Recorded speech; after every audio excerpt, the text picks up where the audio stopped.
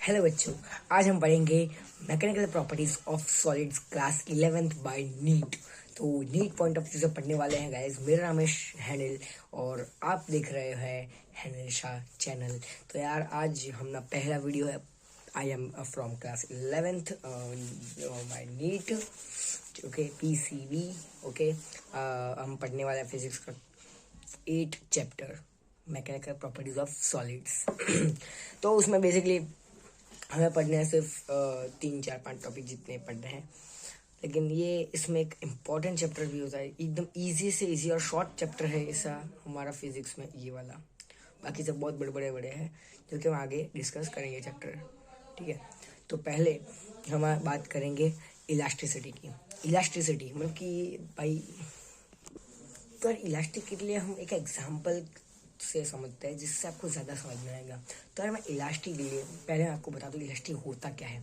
जैसे कि मैंने ये जो एक बेल्ट है टाइप कैसा भी है पर ध्यान देखो यार, एग्जांपल तो पॉइंट ऑफ व्यू, ठीक है। तो एक इलास्टिक बॉडी कैसे समझनी है। तो ये एक बॉडी है, तो ये बॉडी को हमने ऐसे खींचा, ये हमने खींचा, ठीक है। ये हमको पुलिंग किया हमने, फिर हमें छोड़ दिया तो वापस अपने रीगेन शेप और साइज में वापस आ जाए तो उसे इलास्टिक बॉडी कहेंगे। जैसे कि अब मैं, ये एक पेन है तो ये एक कंप्रेसिव, मतलब ये हम इसको हम पुश कर ले, पुश तो यार, तो क्या यहाँ पे बॉडी जो है अंदर दबाव आ रही है, अंदर से आ रही है, आपको दिखती नहीं है, ठीक है, लेकिन होता है अंदर से। तो इसी कहते हैं हम rigid body. Rigid body means hard, कठोर, ठीक है। और ये है elastic body. Means elastic body में भाई कोई भी चीज़ हम खींचेंगे तो वो अपनी शेप साइज और वॉल्यूम को रीगेन कर लेगा। और वहीं हम प्लास्टिसिटी की बात करें तो प्लास्टिसिटी हम बात करें कि यार ये एक टेस्ट ट्यूब है, ठीक है। इसको मैंने अंदर से इसे कंप्रेस किया, ये इतना पुश किया तो अंदर से फोर्स क्रिएट हो रहा है जो एक इसको मतलब पुश कर रहा है, पुश। मैं उसे पुश कर रहा हूँ, कौन सा फोर्स पुश कर रहा हूँ, ठीक है। तो ये अंदर से फोर्स क्रिएट हो रहा है जो पुश हो रहा है, ठीक है। बट कोई भी ऐसी चीज़ें नहीं, मैंने जैसे कि अब मैं एक एग्जाम्पल की तरीके से आपको बताऊँ। चलो आपके एक बेहतर एग्जाम्पल के मैं, आप माइंड में सोच दो कि आपके हाथ में एक क्ले है, आपके हाथ में क्ले है। अब आप क्ले को ऐसे पुश कर रहे हो तो वो उसका शेप चेंज हुआ, यस, डिफॉर्मेशन हुआ तो शेप चेंज होगा। लेकिन हम जैसे हमने इसकी बात की, हमने छोड़ा उसको वापस तो वो अपनी वापस शेप और साइज गेन कर रहा है तो इसे इलास्टिक कहेंगे। बट अगर ये पुश कर रहा है और वो वापस अपनी शेप साइज ना गेन कर सके, वो inability of to body to regain its original shape size and volume, इसे हम प्लास्टिसिटी कहेंगे गाइस। तो प्लास्टिसिटी का एग्जांपल है क्ले और इलास्टिसिटी का एग्जांपल क्वार्ट्ज, समझ लो आप, ठीक है। तो अब इलास्टिक के दो इंपॉर्टेंट हमें बात करने हैं, इलास्टिसिटी के दो, स्ट्रेस एंड स्ट्रेन। तो स्ट्रेस क्या होता है गाइस, अभी नॉर्मल लाइफ में तो अब सब लोग बोलते होंगे भैया स्ट्रेस है, इतना ऐसा फोर्स के साथ जॉब किया मैंने, इतना काम किया, मैं थक नहीं आ रहा, रात को नींद नहीं आ रही। लेकिन physics point of view stress कुछ अलग है। तो आ जाइए हम पहले स्ट्रेस पढ़ते हैं। तो फिजिक्स में हम स्ट्रेस को क्या कहते हैं, restoring force per unit volume, sorry restoring force per unit area, जिसे हम क्रॉस सेक्शन एरिया भी कह सकते हैं। तो उससे हम कहेंगे, इससे हम कहेंगे स्ट्रेस। तो यार स्ट्रेस का ये एक डेफिनेशन खोल दो यार, कुछ भी बोल दो, लेकिन अब आप कहोगे भाई डेफिनेशन से मैं पता तो नहीं चला कि भैया रिस्टोरिंग फोर्स होता क्या है। तो अब मैं यही एग्जांपल लेते हैं टेस्ट ट्यूब का। एक टेस्ट ट्यूब मैंने पुश किया तो अंदर से फोर्स क्रिएट हो रहा है, जो अंदर से दबाव आ रहा है जिसका चेंज हो रहा है। लेकिन वो एक ऐसी अंदर से एक फोर्स होता है जो उसे वापस से शेप साइज रिगेन करवाए। जैसे कि मैं, आप समझ लो यार, आपने कोई भी ऑब्जेक्ट है उसको आपने पुश किया तो उसके बाद वो अपनी, जैसे अपने स्प्रिंग देख लो ना, स्प्रिंग आपको आपने डिफॉर्म तो वो बाद में ऐसे करके मतलब अपने shape size, original shape size वापस कर लेगा। बट अब अगर अब वही स्प्रिंग को आप ऐसे खींचो तो तो वो अपनी शेप साइज को रिगेन नहीं करेगा, कि वो और लॉन्गिट्यूड हो जाएगा। पता है, समझ रहे हो ना आप? ठीक है, स्ट्रेस को रिस्टोरिंग फोर्स मतलब अंदर से फोर्स होता है जो वापस अपनी शेप साइज को रिगेन करने का एक फोर्स होता है जो वापस से उसे खींच लाता है। ठीक है, तो उसे हम रिस्टोरिंग फोर्स कहते हैं। तो stress equal to restoring force per unit area, जिसका यूनिट होगा न्यूटन पर मीटर स्क्वायर और पास्कल। उसका डायमेंशनल फॉर्मूला होगा ML-1 T-2। Yes sir, check कर रहा था मैं भी, मैंने सही बोला है ना, कि मैं भी डर जाता हूँ। ठीक है तो उसे हम स्ट्रेस कहते हैं। अब स्ट्रेस के अंदर भी हमें 3 चीज़ें पढ़नी है। स्ट्रेस के अंदर हमें पढ़ना है longitudinal stress, shearing stress and volumetric stress. जिसे हम तो लॉन्जिट्यूडनल स्ट्रेस को हम सिग्मा से डिनोट करते हैं, सिग्मा। और उसका भी F/A इक्वल्स टू F/A होता है, न्यूटन मीटर पर सेकेंड यूनिट होता है। तो उसमें लॉन्जिट्यूडनल में आप दो प्रकार के स्ट्रेस अंदर पढ़ोगे, tensile stress and compressive stress. नाम में ही आ जाता है टेंसाइल स्ट्रेस मतलब कि आपने पुलिंग फोर्स किया, और कंप्रेसिव मतलब कि पुशिंग फोर्स किया। ठीक है, तो लॉन्जिट्यूडनल स्ट्रेस आपको समझ में आ गया होगा, होप। तो आप क्या ऐसा कह सकते हो कि deforming force acts along the length, वही तो हुआ लॉन्जिट्यूडनल स्ट्रेंथ। लेंथ की चेंज हुई, उसे हम लॉन्जिट्यूडनल स्ट्रेस कहेंगे। वैसे ही हम शेयरिंग स्ट्रेस की बात करें तो sharing stress change in shape, वैसा ही जैसे ये आप कंफ्यूज बहुत होते हैं, लेकिन ये इजी होता है। टेंसाइल स्ट्रेंथ मतलब कि मतलब लॉन्जिट्यूडनल में तो लेंथ का, शेयरिंग स्ट्रेस में तो शेप का, और वॉल्यूमेट्रिक में तो वही नाम में है वॉल्यूम, चेंज इन वॉल्यूम का होता है। ठीक है, तो इसमें कोई इतने वो रॉकेट साइंस नहीं है, तो कुछ ऐसा है नहीं। तो ये 3 आपको होप आप समझ में आ गए होंगे। ना समझ में आया तो प्लीज़ मुझे कमेंट कर देना, और अगर वीडियो अच्छी लग रही है अभी तक आपको, तो वीडियो को लाइक कर देना, चैनल को सब्सक्राइब कर देना। हम शॉर्ट से शॉर्ट टाइम में ये चैप्टर खत्म करने वाले हैं, तो बने रहिएगा वीडियो पे। तो स्ट्रेस की ये 3 चीज हो गई। अब हम आने वाला है स्ट्रेन पे। स्ट्रेन क्या होता है? Change in dimension upon original dimension. Yes, okay. और स्ट्रेन का यूनिट होता है यूनिटलेस होता है। ठीक है, डायमेंशन लेस होता है। ठीक है, याद रखिएगा। तो कोई यूनिट होगा ना उसका, कोई कुछ तो होगा स्ट्रेन का यूनिट। नहीं यार, यूनिटलेस होगा यार आप। ठीक है, ध्यान रखिएगा। ठीक है, यूनिटलेस एंड डायमेंशनलेस, अगर अक्सर एग्जाम में पूछते रहता है ये, तो ध्यान रखिएगा। तो उसका स्ट्रेन का डेल्टा L/L। ठीक है, डेल्टा L/L भी कह सकते हो, डेल्टा V0 भी कह सकते हो, मतलब कुछ भी हो सकता है। लेंथ की चेंज, वॉल्यूम की चेंज, अभी हमने पढ़ा है। तो जैसे कि वही स्ट्रेन में भी वही है, longitudinal, volumetric and shearing stress. Longitude में change in length upon original length, volumetric में change in volume upon original volume, and हमारा शेयरिंग स्ट्रेस में change in shape upon original shape. तो इसमें भी कोई ऐसा रॉकेट साइंस वाला है नहीं। ठीक है, तो ये आपको चीज़ें आपको याद रखनी पड़ेगी। अब ये तो बात हो गई स्ट्रेस और स्ट्रेन की। तो अब अपने एक चर्चा है हुक्स लॉ ने ऐसा किया कि भाई stress is directly proportional to strain, मतलब ये दोनों इक्वली होती है। तो ऐसा हुक्स लॉ ने बताया। तो उसने बताया, वो एक हुक्स लॉ के बारे में हमें थोड़ा पढ़ना है। तो जिसमें हम अब मैं कैसे बताऊँ आपको, जैसे कि स्ट्रेस इक्वल्स टू स्ट्रेन, मतलब कि क्या कह सकते हो आप, E equals to stress upon strain. अब E क्या है? E equals to constant modulus of elasticity, modulus of elastic कहते हैं हम उसे। ठीक है, तो हुक्स लॉ के 3 चीज़ें है भाई आपको, जो आपको याद रखनी पड़ेगी। For rigid body E equals to infinity, modulus of rigidity equals to infinity होगा अगर एक रिजिड बॉडी हो तो। मतलब रिजिड बॉडी मतलब कठोर, हार्ड बॉडी। ठीक है, बाद में एक दूसरी चीज, steel is more elastic than rubber.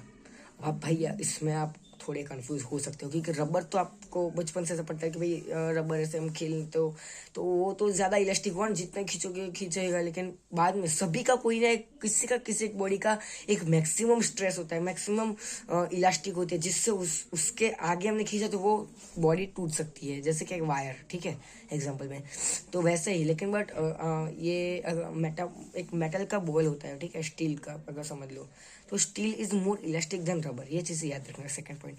Third हमारा होगा depends upon nature of material, and उसके ही अंदर दूसरा होगा कि डिपेंड्स अपॉन टेम्परेचर जितना ज़्यादा उतनी इलास्टिक कम, मतलब means elastic is inversely proportional of temperature.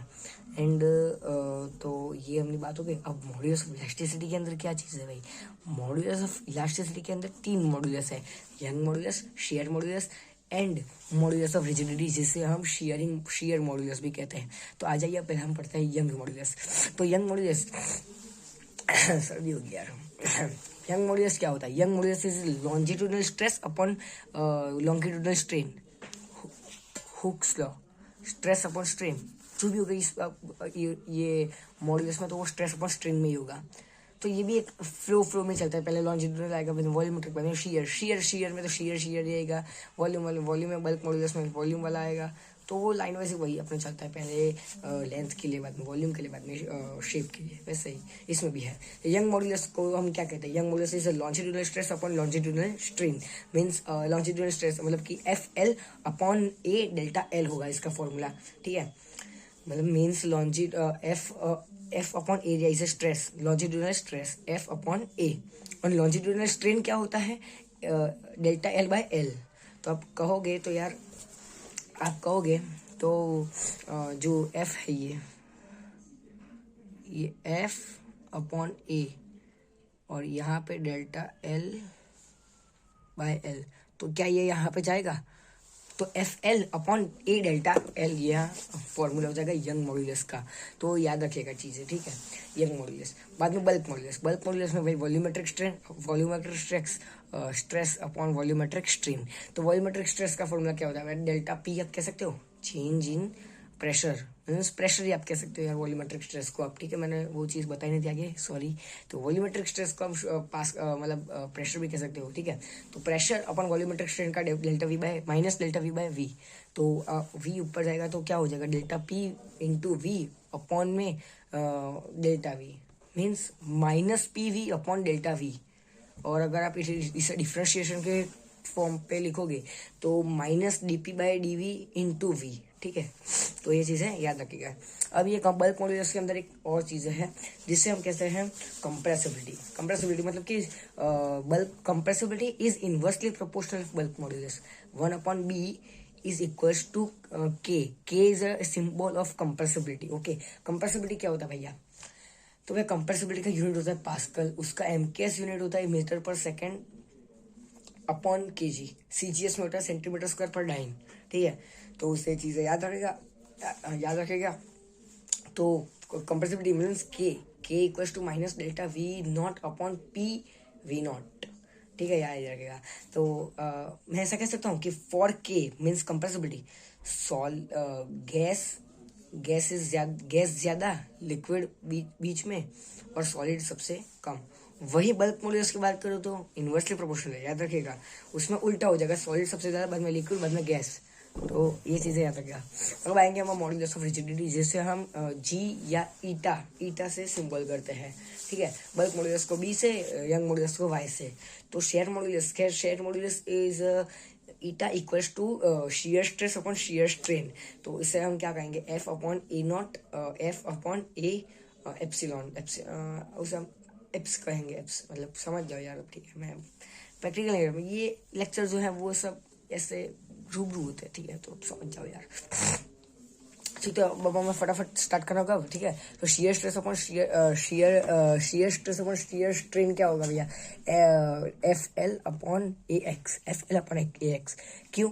F upon ए क्या था? शियर स्ट्रेस था, F upon A shear stress था, और शियर स्ट्रेन का क्या था भैया? तो डेल्टा X बाय L था, तो डेल्टा L ऊपर चला जाएगा, तो FL upon A delta X हो जाएगा, ठीक है। तो होप आप समझ गए होंगे।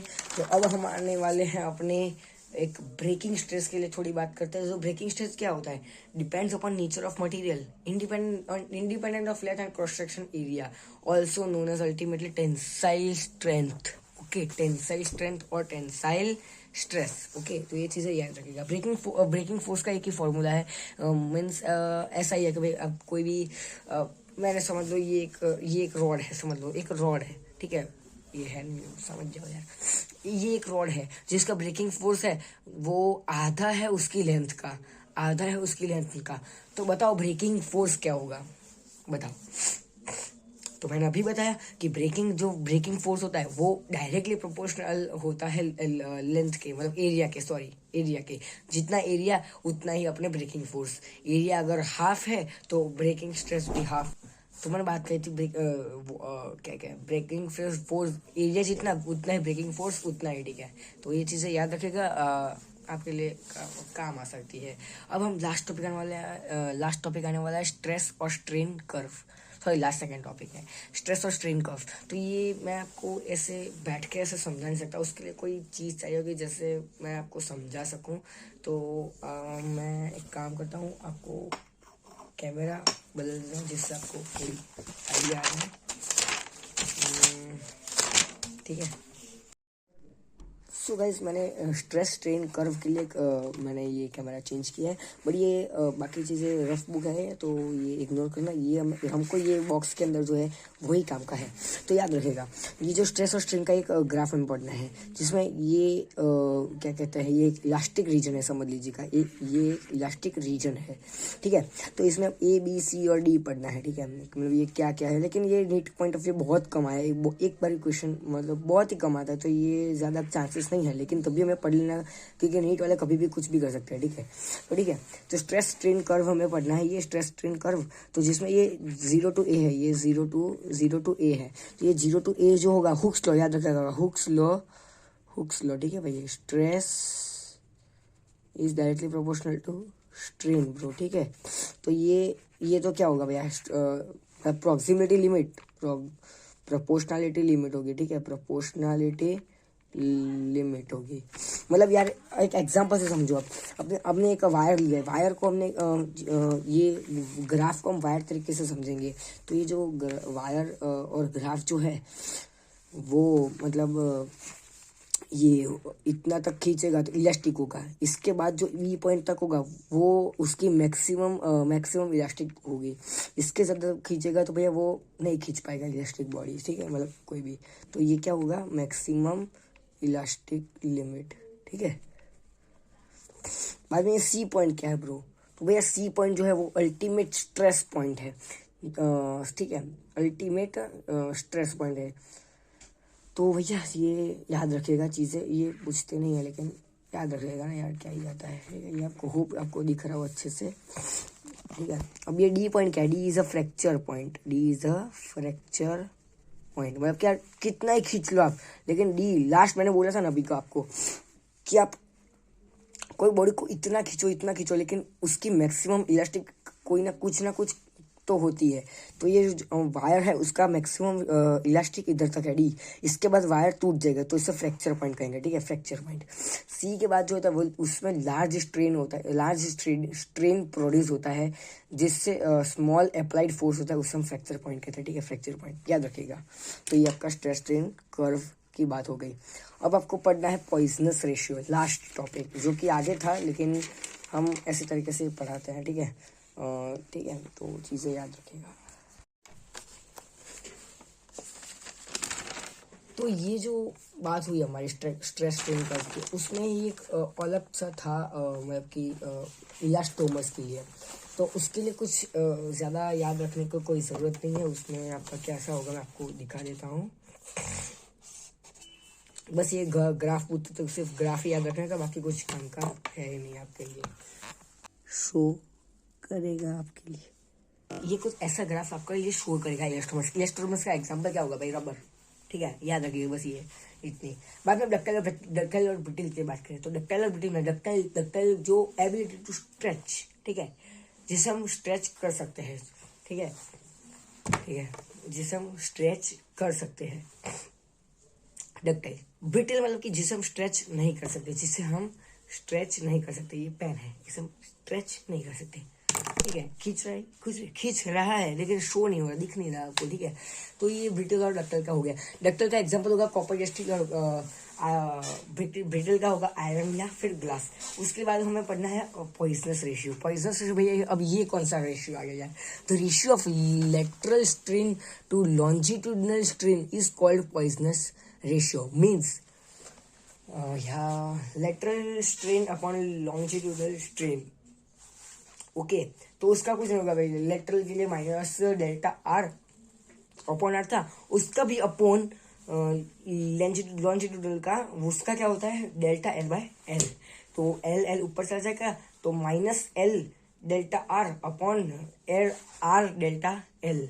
ये आपका हो गया। तो मैंने आपके करीबन 17-18 मिनट में आपका पूरा चैप्टर मैंने रिवाइज करा दिया है। होप यू आर आपको ये वीडियो अच्छी लगी हो। वीडियो अच्छी लगी तो मेरे को प्लीज़ आपका रिव्यू देना कि आपको कैसा लगा, और ऐसी बनाओ कि फिर या फिर मैं बोर्ड को ही करूँ, बोर्ड पे ही करूँ, तो फिर आपको अच्छा समझ में आए कि फिर जैसे बैठ के आपको समझाऊँ तो अच्छा समझ में आता है। लेकिन थोड़ा बहुत जो होता है कंटेंट वो आपको दिखाना पड़ता है, जिसमें आपको समझ नहीं, जैसे कि ग्राफ में इधर ऐसे हाथ में दूर के आपको नहीं बता सकता, ठीक है। तो दिखते हैं आपको वीडियो अच्छी लगे तो वीडियो को लाइक करना प्लीज़, और चैनल को सब्सक्राइब कर देना, और thanks for watching. Bye guys.